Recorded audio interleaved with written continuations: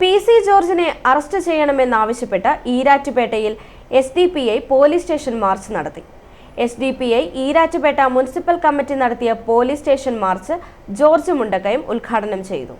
പൊതുസമൂഹത്തിൽ അന്യമത വിദ്വേഷം പ്രചരിപ്പിച്ച PC ജോർജിന്റെ ജാമ്യാപേക്ഷ ഉന്നത നീതിപീഠമായ കേരള ഹൈക്കോടതി തള്ളിയിട്ടും PC ജോർജിനെ അറസ്റ്റ് ചെയ്യാത്തത് കേരളത്തിലെ ആഭ്യന്തര വകുപ്പ് RSSന് തീറെഴുതി കൊടുത്തതിന്റെ ഒടുവിലത്തെ ഉദാഹരണമാണെന്ന് SDPI സംസ്ഥാന സമിതി അംഗം ജോർജ് മുണ്ടക്കയം പറഞ്ഞു. PC ജോർജിനെ അറസ്റ്റ് ചെയ്യണമെന്നാവശ്യപ്പെട്ട് SDPI ഈരാറ്റുപേട്ട മുനിസിപ്പൽ കമ്മിറ്റി നടത്തിയ police station march George Mundakkayam ഉദ്ഘാടനം ചെയ്ത് സംസാരിച്ചു.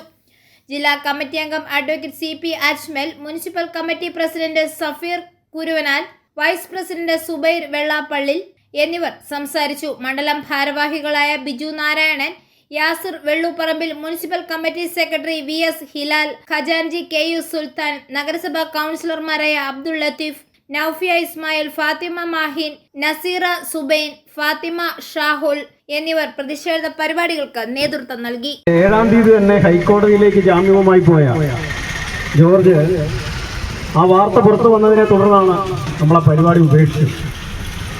ഇന്ന് വളരെ ക്ലിയറാണ് കാര്യങ്ങൾ.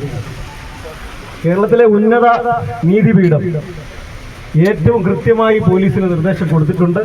പോലീസിനെന്നല്ല, നീതിയുമായി ബന്ധപ്പെട്ട കോടതികൾക്ക് പോലും മാതൃകയാക്കാവുന്ന നിർദ്ദേശങ്ങൾ ഈ ജാമ്യ ഹർജി തള്ളിക്കൊണ്ടും അത് പരിഗണിക്കുന്ന വേളയിൽ കോടതി പറഞ്ഞിട്ടുണ്ട്.